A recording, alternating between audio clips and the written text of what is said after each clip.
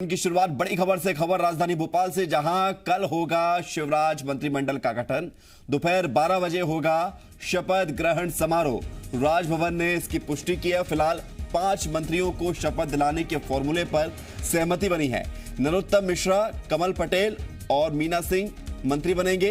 सिंधिया खेमे से तुलसी सिलावट और गोविंद सिंह राजपूत शपथ लेंगे। ये 5 नाम भी सामने आ गए हैं और आधिकारिक पुष्टि भी हो गई है, ऐलान हो गया है। कल दोपहर 12 बजे शपथ ग्रहण समारोह होगा और राजभवन से इसकी पुष्टि भी हो गई है। सिर्फ 5 मंत्री ही शपथ लेंगे। नरोत्तम मिश्रा, कमल पटेल और मीना सिंह मंत्री बनेंगे। सिंधिया खेमे की यदि बात की जाए तो तुलसी सिलावट और गोविंद सिंह राजपूत, जैसे कि चर्चा पहले से चल रही थी, लेकिन अब और जी मध्य प्रदेश छत्तीसगढ़ के संपादक दिलीप तिवारी जी हमारे साथ जुड़ रहे हैं। दिलीप जी, 5 विधायकों के साथ मंत्रिमंडल का गठन होने जा रहा है। नाम भी सामने आ गए हैं, क्या कहेंगे आप? बिल्कुल, हरीश हमारे साथ बने हुए। हरीश दिवेकर को आप इस वक्त सुन सकते हैं। हरीश दिवेकर हमारे एसोसिएट एडिटर हैं और मध्य प्रदेश और छत्तीसगढ़ को बारीक नजर से देखते हैं। हरीश, आप बताएंगे कि किस तरह की जो समीकरण की बात चल रही है वो क्या है? देखिए, मंत्रिमंडल को लेकर काफी दिनों से जद्दोजहद चल रही थी। सिंधिया इस बात पे अड़े हुए थे कि उनके 6 मंत्री पद छोड़कर भाजपा में शामिल हुए हैं, तो पहले जो चरण में मंत्रिमंडल गठन होगा तो 6 मंत्री को एडजस्ट किया जाए। जबकि केंद्रीय हाईकमान इस बात पर तैयार नहीं था कि 6 कोरोना जैसे महामारी के दौरान में बड़े स्तर पर मंत्रिमंडल का गठन का संदेश गलत जाए जनता के बीच में। और बाद में इस बात पे सहमति बनी कि 5 मंत्री बनाए जाएंगे। इसमें 2 मंत्री सिंधिया खेमे के होंगे, 3 मंत्री भाजपा के होंगे। उसमें भी अब जब 5 मंत्री बनाने की बात आई तो पूरा इसमें क्षेत्रीय समीकरण साधा गया और जाति समीकरण साधा। जी हरीश, लगता है कि आपकी आवाज जा रही है। शायद कार्यकर्ता सुन रहे होंगे आपको, वो दोबारा सुनना चाहेंगे क्योंकि किसी मंत्री से बात हो पाई, संभावित मंत्री से आपकी? जी, 5 मंत्री संभावित मंत्री है जो बनना तय हुए हैं। जो खाने की खबर आई है उसमें 5 मंत्री हैं। पहले ग्वालियर चंबल से जो प्रतिनिधित्व करेंगे नरोत्तम मिश्रा, जो ब्राह्मण वर्ग से आते हैं। दूसरा, बुंदेलखंड से प्रतिनिधित्व करेंगे गोविंद सिंह राजपूत, जो ठाकुर वर्ग से आते हैं। तीसरा, होशंगाबाद नर्मदापुरम से प्रतिनिधित्व करेंगे कमल पटेल, जो कि ओबीसी वर्ग से आते हैं। मालवा निवाड़ का प्रतिनिधित्व करेंगे तुलसी सिलावट, जो एससी वर्ग से आते हैं। और बिंदु को प्रतिनिधित्व करेंगी मीना सिंह, जो एसटी वर्ग से आती है, आदिवासी समाज से, और महिला भी है। इस तरह 5 जो जाति समीकरण, क्षेत्रीय समीकरण और जेंडर समीकरण मिला के 5 मंत्रिमंडल का एक वो सहमति बनी है, उसको गठन होना है। इसमें सिंधिया के खेमे के 2 मंत्री है, तुलसी सिलावट और गोविंद सिंह राजपूत। हरीश, एक जो सबसे बड़ी खबर वो इस वक्त जो मेरे पास आ रही है, मैंने इस मंत्रिमंडल के संभावित दावेदार नहीं बल्कि जो उनके पास कंफर्मेशन आया उनसे आपसे कुछ देर पहले बात की। उन्होंने कहा कि मैं जानता हूं कि आपके पास सारी जानकारी, लेकिन आप रिकन्फर्म करना चाहते हैं। मैंने कहा मेरे सहयोगी हरीश दिवेकर, जो मध्य प्रदेश और छत्तीसगढ़ की राजनीतिक खबरों के अलावा, जो पॉलिटिकल खबरों के अलावा जो ब्यूरोक्रेसी जुड़ी खबरें उन पर नजर रखते हैं, ये खबर वो पहले चला चुके हैं, लेकिन आपका नाम चलाने से पहले हम एक बार कंफर्म करना चाहते हैं ताकि जी मध्य प्रदेश के छत्तीसगढ़ के जो दर्शक हैं वो हम पर जिस तरह का भरोसा करते हैं वो हम तोड़ना नहीं चाहते। इसलिए हम या तो सूत्रों के हवाले से लाएंगे, लेकिन अब मैं अपने टीम से कहूंगा कि ये खबर पूरी तरह से कंफर्म है। एक संभावित मंत्री जो कल शपथ लेंगे, उनके पास फोन आ चुका है, उनसे मेरी बात हुई है, उन्होंने इन्हीं नामों को कंफर्म किया, लेकिन हम पत्रकारिता की मर्यादा को बनाए रखने के लिए उनका नाम बिल्कुल नहीं लेंगे। वो जाना पहचाना चेहरा भी है और मुझे जो जानकारी मिल रही है दिल्ली से, जो हमारे सूत्रों से, उनको बड़ी जिम्मेदारी दी जाएगी। जो इस वक्त सबसे बड़ी चुनौती है वो है हेल्थ मिनिस्ट्री को, अफसरों को मोटिवेट करना और हेल्थ मिनिस्ट्री को मोबिलाइज करना ताकि कोरोना से निपटा जा सके। और इस वक्त जो अगर आप दूसरे पहलू को देखें तो कमल पटेल का सत्ता में वापस आना अपने आप में एक बहुत बड़ी बात कहता है। ये हरीश, जिस आदमी को हाशिए पर छोड़ दिया गया था, अगर वो यहाँ पर आता है तो ये दोनों व्यक्ति वो चेहरे हैं जो शिवराज सिंह के विरोधी खेमे के माने जाते हैं। और कमल पटेल को शिवराज सिंह के मंत्रिमंडल में दोबारा जगह नहीं मिली थी। तमाम तरह के आरोप लगे उनके बेटे के मामले को लेकर, उनको राजनीति में तरह का वनवास भी झेलना पड़ा। लेकिन जितना मैं कमल पटेल को जानता हूं, कि कमल पटेल जिस वर्ग को बिलोंग करते हैं और जो उनका अपना एक इलाके में पकड़ है, और मैंने बहुत साल पहले उनकी कॉन्स्टिट्यूंसी में जाकर उनका एक रिपोर्ट कार्ड बनाया था कि एमएलए का रिपोर्ट कार्ड, जो हमारे चैनल का एक बहुत बड़ा कार्यक्रम था। तब से लेकर आज तक मैंने कमल पटेल के राजनीतिक जीवन के उतार चढ़ाव को देखा है, और वो वक्त भी देखा है जब उनको कई बार अगर आप मैं कहूँ सार्वजनिक तौर पर उनको एक तरह से पार्टी में इग्नोर किया गया था। लेकिन कमल पटेल का वापस आना एक संकेत है कि अगर कोई आदमी संघर्ष कर रहा है, भले वो किसी खेमे का हो, उसको जगह मिलेगी। ये क्या संकेत है हरीश? जी देखिए, यहाँ पर संतुलन बनाने की कोशिश की गई। मंत्रिमंडल को लेकर बड़ी खींचतान थी। कमल पटेल सीधे तौर पे कैलाश विजयवर्गीय के समर्थक माने जाते हैं, और कई मामलों में कैलाश विजयवर्गीय जब कमल पटेल संकेत पर रहते तब कैलाश विजयवर्गीय उनके साथ खड़े नजर आए थे। और अब मैं आपको बताना चाहूंगा कि जी मध्य प्रदेश छत्तीसगढ़ ही ऐसा चैनल है जिसने पहले ही बता दिया था 21 तारीख को मंत्रिमंडल का गठन होगा, 20 तारीख के बाद। बाकी सारे चैनल और बाकी जो खबरें आ रही थी वो या तो यह आ रही थी कि 3 तारीख के बाद होगा या मार्च के अप्रैल के अंत में होगा, लेकिन जी मध्य प्रदेश छत्तीसगढ़ ने बताया था 21 तारीख को मंत्रिमंडल का गठन होगा। और कमल पटेल की जहां तक बात करेंगे तो कैलाश विजयवर्गीय का कद बढ़ता हुआ कैलाश विजयवर्गीय अपने एक समर्थक को शामिल करा पाए, वो भी छोटी सी लिस्ट में 5 में। मीना सिंह की बात करें तो मीना सिंह भी राज्य मंत्री रह चुकी हैं। मीना सिंह को विंध्य में जिस तरह का विरोध हुआ था विधायकों का, 24 विधायक सामने आए थे, उन्होंने कहा था कि यहाँ से 8 मंत्री बनना चाहिए, तो उन सबको देखते हुए महिला को लाके उन सबको चुप कराने की कोशिश की गई है। वहां से बुंदेलखंड की बात करें तो गोपाल भार्गव जैसे दिग्गज नेता, भूपेंद्र सिंह जैसे दिग्गज नेता को दरकिनार कर सिंधिया को संतुष्ट करने की कोशिश की गई है। आपके 2 आदमी ले रहे हैं, हम अपने सीनियर आदमी छोड़ रहे हैं, आप 6 की बात मत करिए। अगली बार जब कोरोना का संकट खत्म होगा 3 तारीख के बाद, उन सबको एडजस्ट किया जाएगा। इस हालातों में देखते हुए लगता है कि सारे समीकरण और सब कुछ सहमति बनने के बाद ही इन नामों को फाइनल किया गया है। जी हरीश, एक खबर हमने दिखाई थी, आपने भोपाल से उस खबर को पूरा डिटेल में दिखाया था दर्शकों को। जो खबर थी वो ये थी कि विंध्य के विधायकों ने दबाव बढ़ाया आलाकमान पर, लेकिन दबाव का असर क्या हुआ? कहीं और के लोग ले उड़े किसे? बिल्कुल आप सही कह रहे हैं, दबाव का असर ही था। मीना सिंह की लॉटरी खुल गई। अगर ये दबाव नहीं बनता तो शायद वहां से दूसरा कोई नाम सामने आता, पंचूलाल आदिवासी का नाम आता सामने। लेकिन जिस तरह से दबाव बनाया गया तो महिला कोटा थोड़ी सी तकनीकी खराबी है दिलीप जी। लेकिन मैं हरीश आपको ये बता दूं कि जो सबसे चौंकाने वाली जो बात है वो ये है कि जो तब के गृह मंत्री और परिवहन मंत्री भूपेंद्र सिंह बाहर हैं, तब के उद्योग मंत्री और ऊर्जा मंत्री राजेंद्र शुक्ला बाहर हैं, गोपाल भार्गव बाहर हैं। और अगर इन चेहरों की बात मैं करूं तो बड़े बड़े वो चेहरे जो खुद को कद्दावर मानते थे वो आज लिस्ट में नहीं है। कमल पटेल की वापसी होना, कमल पटेल की दोबारा सत्ता में ताकत बनना, ये ठीक है कि वो कैलाश विजयवर्गीय के गुट से आते हैं और कैलाश विजयवर्गीय का संरक्षण को हासिल है और कैलाश विजयवर्गीय की ताकत का एहसास बीजेपी आलाकमान को है और उनकी जो काबिलियत है उसका भी एहसास है। नरोत्तम मिश्रा खुलकर तो नहीं कहते हैं, लेकिन दावेदार रहे हैं अगर आप कहूँ मुख्यमंत्री पद के, और प्रधानमंत्री से और गृह मंत्री से आशीर्वाद उनको हासिल है। और बीच बीच में कई बार जिस तरह से चुनाव से ठीक एन पहले तब के बीजेपी के राष्ट्रीय अध्यक्ष अमित शाह का उनके घर पे लंच का कार्यक्रम रखा गया, वो एक संकेत था कि सत्ता का समीकरण कैसे होगा। पर्दे के पीछे कमलनाथ सरकार गिराने में जिस तरह से जुटे हुए थे नरोत्तम मिश्रा, उससे लगता था कि डिप्टी सीएम की पोस्ट पर आएंगे, लेकिन ये बात साफ हो चुकी है कि फिलहाल कोई डिप्टी सीएम नहीं होगा और डिप्टी सीएम के खेल में भी पार्टी पढ़ना नहीं चाहती है। सत्ता जो है वो शिवराज सिंह चौहान के पास रहेगी, लेकिन जैसे ही चुनाव के नतीजे आएंगे उसके बाद बड़ा दबाव का संकट दबाव में होगी। और एक बार फिर बीजेपी के इसी संकट से कांग्रेस को लगता है कि बिल्ली के भाग से छीका टूटेगा। अगर चुनाव के बाद स्थितियां बदली तो हम फिर सरकार बना लेंगे। हरीश, क्या संकेत है?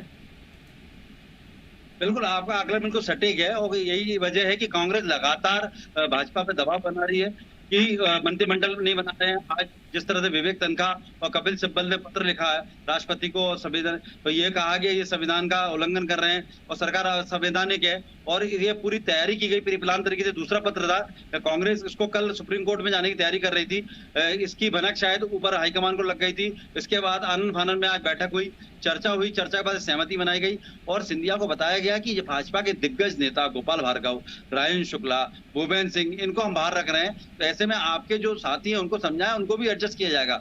अभी केवल जातिगत समीकरण, क्षेत्रीय समीकरण के आधार पे हमें नाम लेना है, आप नाम बता दें, तब उसके बाद उन्होंने नाम अपने दिए। और तुलसी सिलावट जो डिप्टी सीएम के दावेदार के लिए बात चली थी, एक समझौता हुआ था, आंतरिक समझौता, गुप्त समझौता, अब वो डिप्टी सीएम का कोरोना महामारी के चलते डिप्टी सीएम फार्मूला तो एक तरफ चला गया, लेकिन स्थिति बन गई अब विभाग की मारामारी होगी। अब 4 विभाग बड़े महत्वपूर्ण है जो कोरोना महामारी से निपटने के लिए बनना है। इसमें महत्वपूर्ण विभाग हेल्थ विभाग रहेगा, दूसरा गृह विभाग रहेगा, तीसरा कृषि विभाग रहेगा, चौथा पंचायत, जो क्योंकि मनरेगा में जो गांवों मजदूरी है, इनको 4 विभाग को ऐसा देखे माना जा रहा है कि 4 विभाग रहेंगे। अब इसमें किसके नरोत्तम मिश्रा और तुलसी सिलावट में बात आ रही है कि तुलसी सिलावट स्वास्थ्य मंत्री के पद पर रहते हुए उन्हें इस्तीफा दिया था, नरोत्तम मिश्रा भी स्वास्थ्य मंत्री रह चुके हैं, तो ऐसे में संभावना तुलसी सिलावट को है कि वो स्वास्थ्य मंत्री देखिए उसको उनको एडजस्ट करें डिप्टी सीएम की जगह।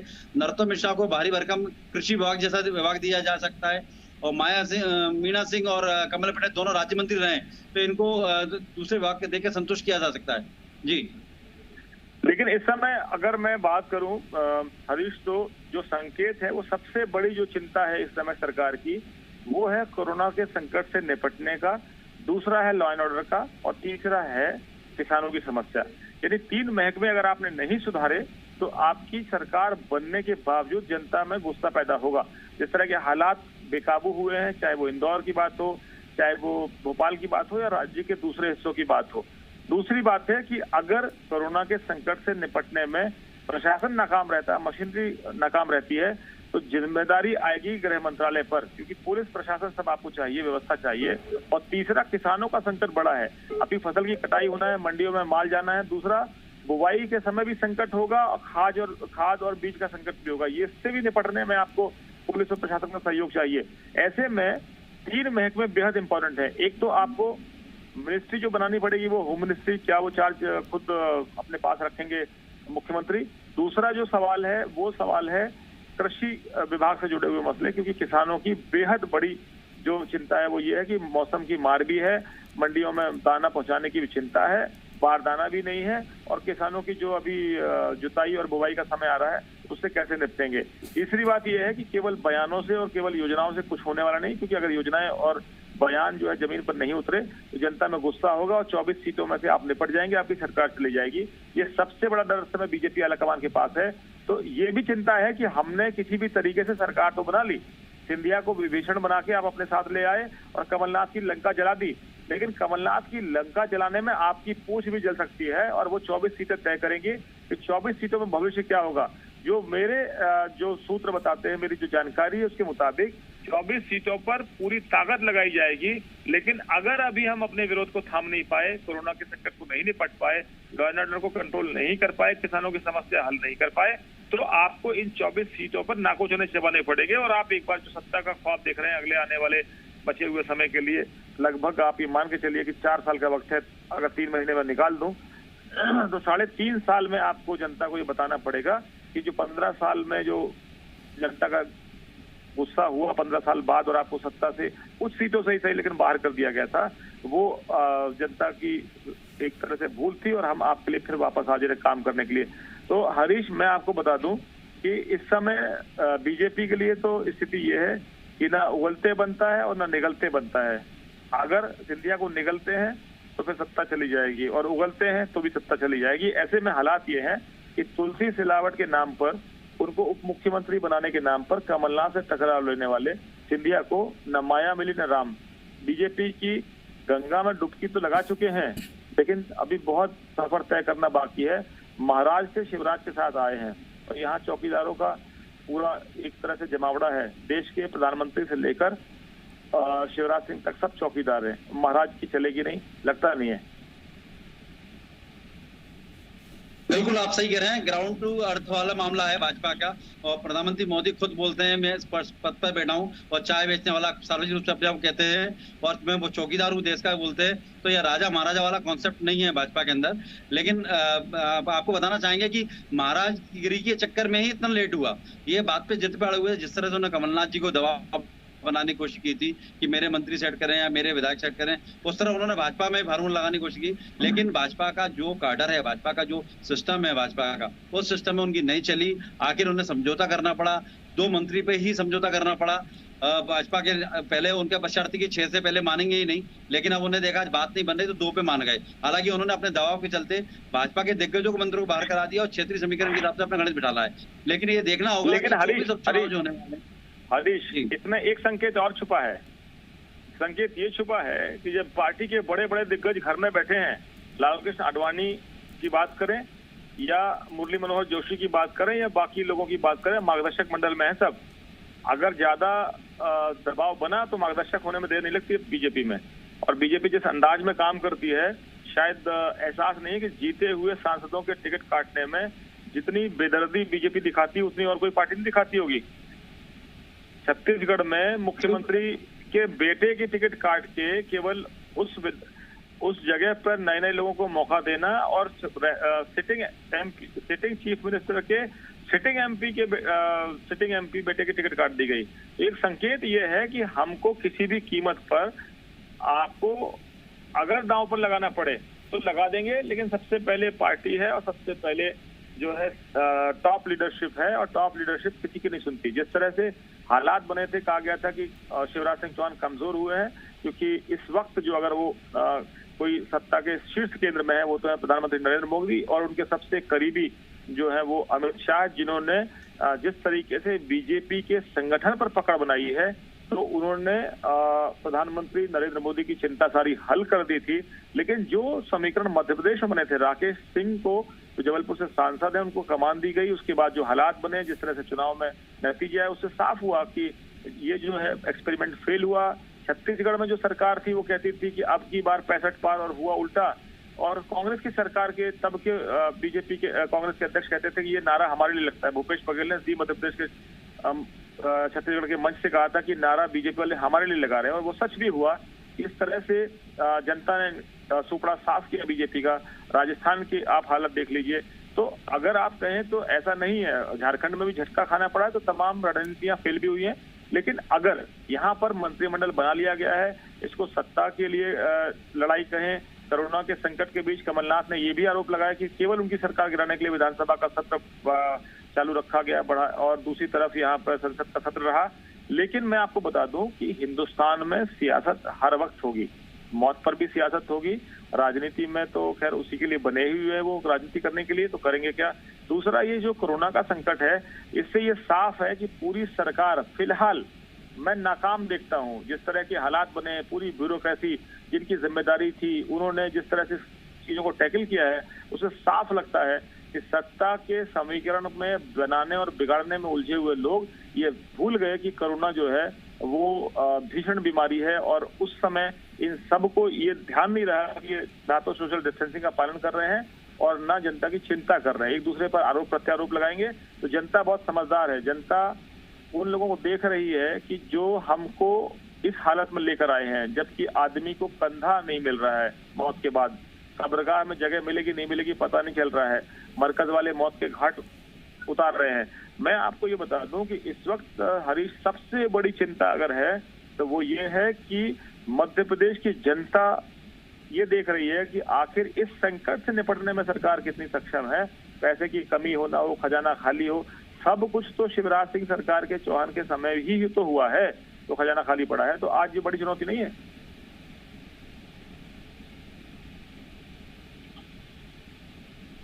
जी बिल्कुल, प्रदेश की आर्थिक हालत तो बहुत खराब है। आर्थिक आपातकाल लगा हुआ है एक तरह से कहें तो। राज्य सरकार ने मतलब कर्ज लेने की अतिरिक्त छूट तक ले रखी है केंद्र सरकार से। दूसरी ओर कहें तो कोरोना बच्ची कुची कमर जो है कोरोना महामारी ने तोड़ दी। ऐसे में राज्य सरकार के सामने फंडिंग की समस्या तो रहेगी, प्लस एक बड़ी समस्या रहेगी जो ये राह जो आसान नहीं होगी।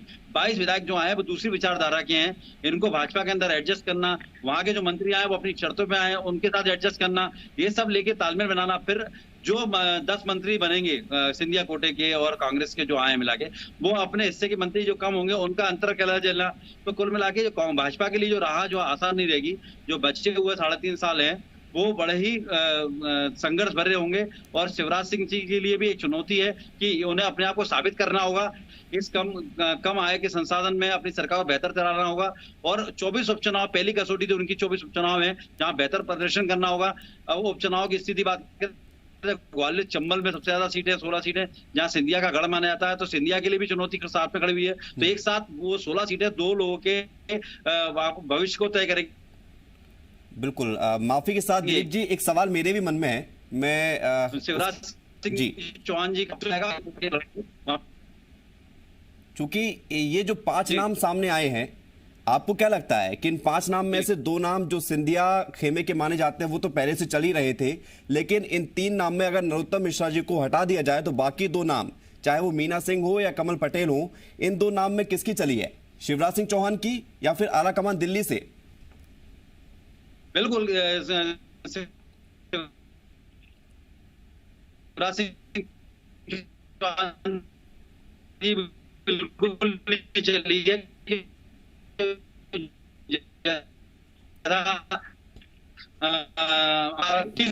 का एक आदमी इसमें सेट हुआ है। मीना सिंह किसी भी फोटो में नहीं आई। बिल्कुल हरीश जी, हम आपसे दोबारा संपर्क करेंगे, थोड़ी सी तकनीकी खामी है।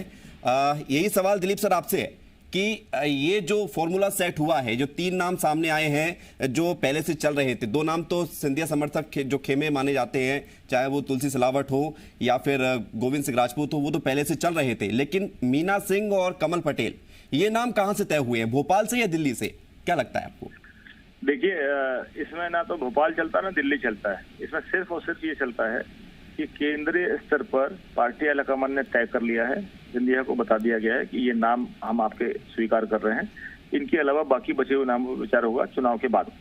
इसी तरह से पार्टी ने ये तय किया कि हमको इस समय समीकरण बनाने के लिहाज से, क्योंकि शिवराज सिंह पहले 3 कार्यकाल में जितने मजबूत थे उतने मजबूत अब नहीं है, क्योंकि परिस्थितियां डिफरेंट हैं। और लेकिन अगर चेहरे की बात करूं तो सबसे बड़ा चेहरा अगर कोई है तो वो है शिवराज सिंह चौहान का पूरी मध्य प्रदेश की राजनीति में। तो कमलनाथ को बाहर निकालने के लिए, सत्ता से हटाने के लिए शिवराज के चेहरे का इस्तेमाल किया गया है। लेकिन जब जिस इलाके में चुनाव है वहां उनको ज्योतिरादित्य सिंधिया के चेहरे की भी जरूरत पड़ेगी, जिस वजह से कांग्रेस सत्ता में आई थी। तो अभी आप फिलहाल इग्नोर नहीं कर सकते, लिहाजा दिल्ली में 2 केंद्र हैं, एक तरफ बीजेपी आलाकमान है, दूसरी तरफ सिंधिया है। सिंधिया के पास खोने के लिए कुछ भी नहीं है, क्योंकि वो चुनाव हार चुके थे और चुनाव जिससे हारे थे वो उनके लिए सदमा था कि कल तक जो व्यक्ति उनके साथ सेल्फी खिंचाने के लिए घूमता था वो उनको चुनाव में निपटा चुका था। ऐसे में वही व्यक्ति आज बीजेपी में बैठा हुआ बीजेपी का सांसद है। तो सवाल यह है कि सिंधिया को आपने जिन शर्तों के साथ पार्टी में शामिल किया है, पार्टी को मजबूत किया है, अगर आप नहीं मानेंगे तो आप ही कमजोर होंगे, क्योंकि सिंधिया के कमजोर होने का मतलब ये है कांग्रेस का गेन है, बीजेपी के कमजोर होने का मतलब है कमलनाथ फिर सत्ता में वापसी कर सकते हैं। और जो मेरी बातचीत तमाम बड़े नेताओं से हुई है कांग्रेस के, वो सिर्फ और सिर्फ इस बात पर उम्मीदें टिकाए बैठे हैं कि जब सिंधिया समर्थकों को एडजस्ट नहीं किया जाएगा वो लोग विद्रोह करेंगे, बीजेपी के नेताओं को जिनको जगह नहीं मिलेगी वो विद्रोह करेंगे और अंत में बिल्ली के भाग से छीगा टूटेगा और एक बार फिर कमलनाथ सत्ता में वापस आ सकते हैं। क्योंकि कमलनाथ के राह से एक बड़ा रोड़ा हट गया है, वो है सिंधिया का। और दिग्विजय सिंह पहले ही सत्ता की दौड़ से बाहर है, बाकी जो खेमे हैं वो पस्त पड़े हुए। सुरेश पचौरी आज की डेट में कोई चुनौती देने के लिए स्थिति में नहीं है। तो अगर मैं पूरे समीकरणों की बात करूं तो सिंधिया ने बीजेपी खेमे में जाकर कमलनाथ की राह आसान कर दी है और राजनीति में कुछ भी संभव है। ये हमने बिहार से लेकर देश के कई हिस्सों में देखा और खासतौर पर झारखंड में देखा और महाराष्ट्र में देखा कि राजनीति में वो भी संभव है जिसको चमत्कार नहीं कहते हैं बल्कि राजनीतिक समीकरण कहते हैं। बिल्कुल, बहुत बहुत शुक्रिया आपका दिलीप तिवारी जी।